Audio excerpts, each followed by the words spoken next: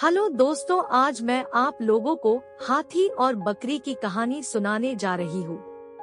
आइए सुनते हैं।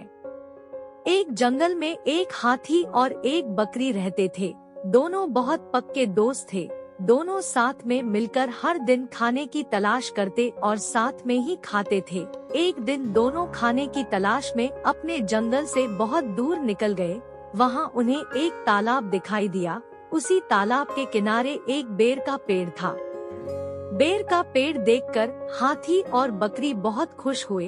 वह दोनों बेर के पेड़ के पास गए। फिर हाथी ने अपनी सूंड से बेर के पेड़ को जोर से हिलाया और जमीन पर ढेर सारे पके हुए बेर गिरने लगे।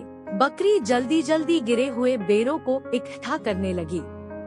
संयोगवश उसी बेर के पेड़ पर एक चिड़िया का घोंसला भी था, जिसमें चिड़िया का एक बच्चा सो रहा था और चिड़िया दाने की खोज में कहीं गई हुई थी। बेर का पेड़ जोर से हिलाने के कारण चिड़िया का बच्चा घोंसले से बाहर तालाब में गिर पड़ा और डूबने लगा।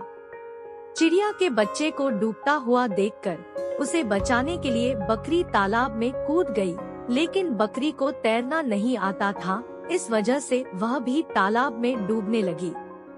बकरी को डूबता हुआ देखकर हाथी भी तालाब में कूद गया और उसने चिड़िया के बच्चे और बकरी दोनों को डूबने से बचा लिया। इतने में चिड़िया भी वहाँ पर आ गई थी और वह अपने बच्चे को सही सलामत देखकर बहुत खुश हुई। उसने हाथी और बकरी को इसी तालाब और बेर के पेड़ के पास रहने के लिए कहा।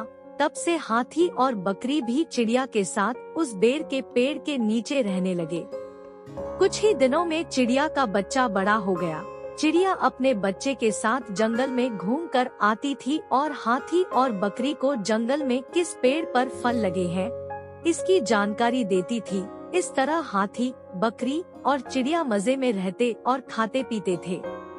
कहानी से सीख: हमें किसी का बुरा नहीं करना चाहिए। अगर हमारी गलती से किसी को परेशानी होती है तो उस गलती को सुधारना चाहिए और मनमुटाव दूर करते हुए एक दूसरे की मदद करनी चाहिए।